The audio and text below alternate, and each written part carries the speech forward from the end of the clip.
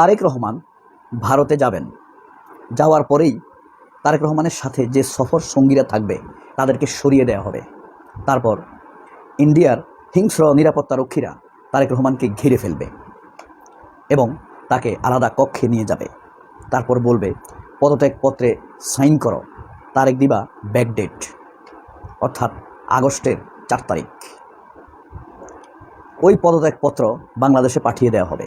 এদিকে বাংলাদেশের অফিস থেকে সেনাবাহিনীর উপস্থিতিতে ঘোষণা করা হবে তারেক রহমান পদত্যাগ করে ভারতে গিয়েছেন। পরের একটি বিমানে শেখ হাসিনা দেশে চলে আসবে।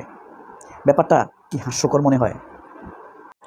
2016 সালে 4 নভেম্বর লেবাননের তৎকালীন প্রধানমন্ত্রী সাদ হারিরির কথা আপনাদের মনে আছে? রফিক হারিরির ছেলে সাদ হারিরি 4 নভেম্বর সৌদি আরব গিয়েছিলেন বাণিজ্যিক সমঝোতা চুক্তি করার জন্য।